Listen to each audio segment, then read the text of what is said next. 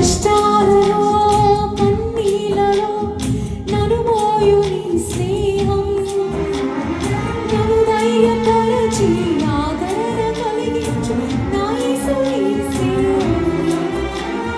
కష్టాలలో కన్నీలలో నన్ను మోయు నీ స్నేహం, నన్ను ధైర్యపరచి ఆదరణ కలిగించు నా యేసు నీ స్నేహం.